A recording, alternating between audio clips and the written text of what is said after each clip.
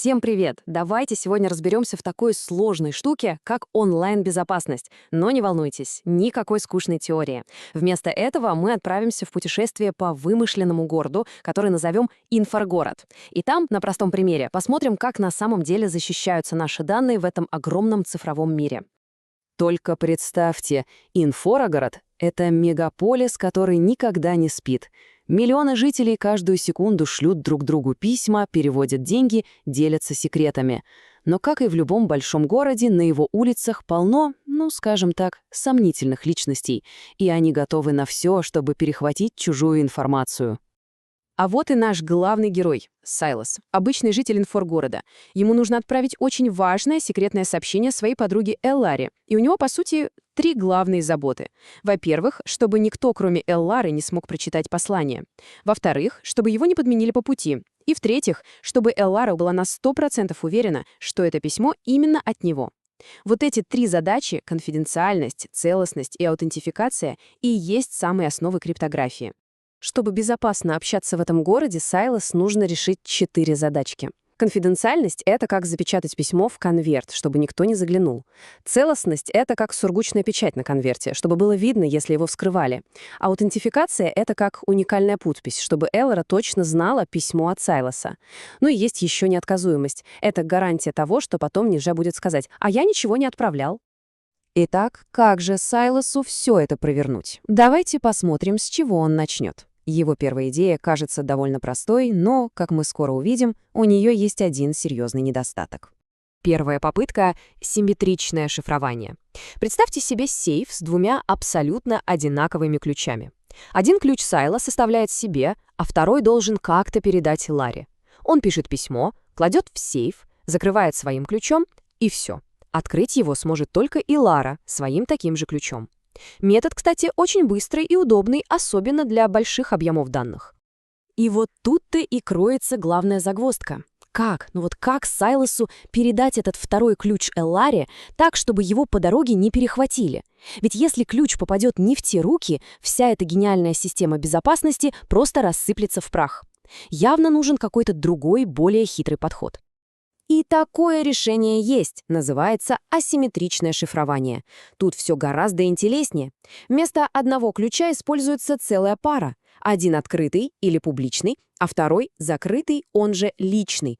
Публичный ключ можно раздавать всем подряд, вообще не таясь. А вот личный нужно хранить как зеницу ока. Да, это работает медленнее, но зато полностью решает проблему передачи ключа. Так как же это работает? Теперь у Сайлоса есть не просто ключ, а связка из двух. Публичный ключ — это как навесной замок, который он может дать кому угодно. Хочешь отправить Сайлосу секретное письмо? Пожалуйста, вот замок, защелкни им свой ящик. А вот открыть этот замок сможет только сам Сайлос, потому что уникальный ключ от него есть только у него. Это и есть его личный ключ. Отлично, с секретностью разобрались. Но остались еще вопросы. Откуда Эллара знать, что письмо пришло именно от Сайлоса, и что по пути какой-нибудь шутник не дописал там пару строк от себя? Тут нам на помощь приходят цифровые подписи и такая штука, как хэширование. Чтобы доказать авторство, Сайлос использует цифровую подпись. Это очень похоже на то, как раньше письма запечатывали сургучной печатью с личным гербом. Только вместо герба Сайлос использует свой личный ключ, чтобы запечатать сообщение. А Эллара, получив письмо, может с помощью его публичного ключа проверить, цела ли печать. Если да, значит письмо точно от Сайлоса, и его никто не вскрывал. Но есть одна тонкость. Если письмо очень длинное, запечатывать его целиком — это долго и ресурсозатратно.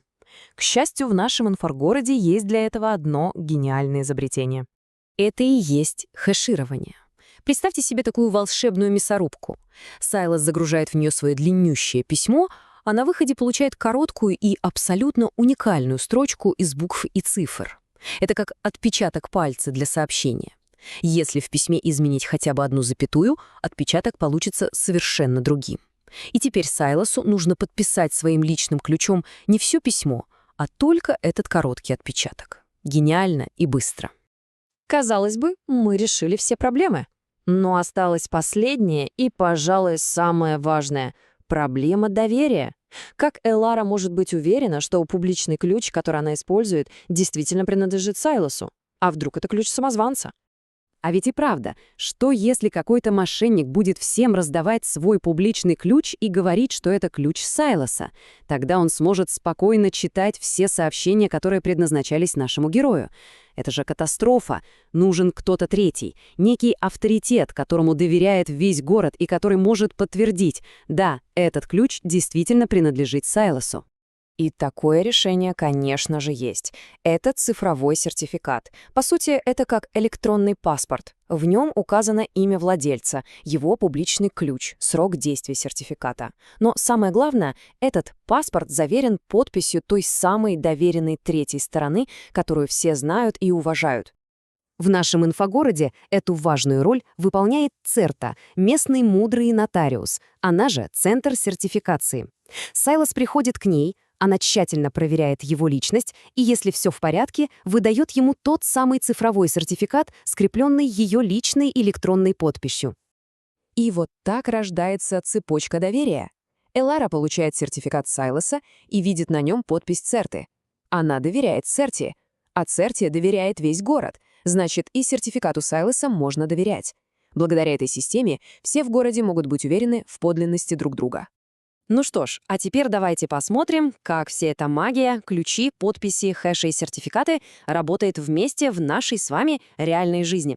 Например, каждый раз, когда мы заходим на сайт с замочком в адресной строке по протоколу HTTPS, каждый раз, когда в браузере появляется тот самый заветный замочек, за кулисами происходит целое представление.